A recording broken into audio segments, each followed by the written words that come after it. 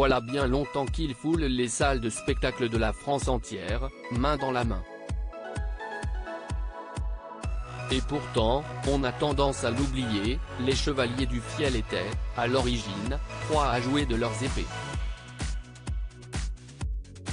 Dans les années 1980, Éric Carrière et Francis Ginibre, que l'on retrouve ce soir dans les municipaux, trop si esti trop sur C8, enchaînaient effectivement les blagues, sur les planches, avec un troisième camarade à leur côté. Il s'agissait de Gilles Petit, qui a finalement quitté la formation en 1990. Et qui a plutôt bien fait, si l'on en croit toutes les belles choses qu'il est parvenu à accomplir, en solitaire, de son côté. Loin des lumières qui éclairent la scène, Gilles a fait son petit bonhomme de chemin sans ses 2 grands copains. Il a arrêté de se produire devant un public, mais est devenu très puissant dans l'ombre. De 1990 à 1993, il a occupé le poste d'administrateur au Palais des Glaces de Paris. Il est ensuite devenu le PDG de Juste pour Rire France, de 1995 à 2011, époque pendant laquelle il a produit des artistes tels que Florence Foresti ou Franck Dubosc.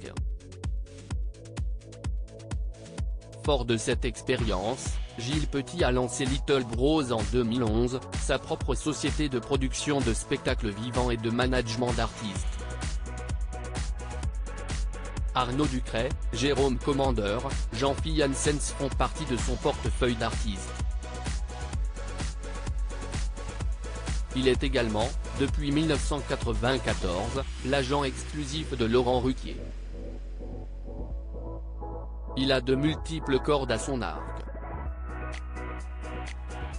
Aujourd'hui, Gilles Petit est aussi le vice-président du comité producteur de Prodis, le premier syndicat national du spectacle musical, et il est président du Centre national des variétés et du jazz. Les Chevaliers du Fiel sont nés dans les années 1980. À l'époque, Éric Carrière était étudiant en sociologie et Francis Ginibre venait d'être diplômé aux Beaux-Arts. Alors qu'ils se produisaient ensemble dans la cave du Père Bacchus, sur la place Saint-Georges à Toulouse, ils avaient rencontré, en 1984, Gilles Petit.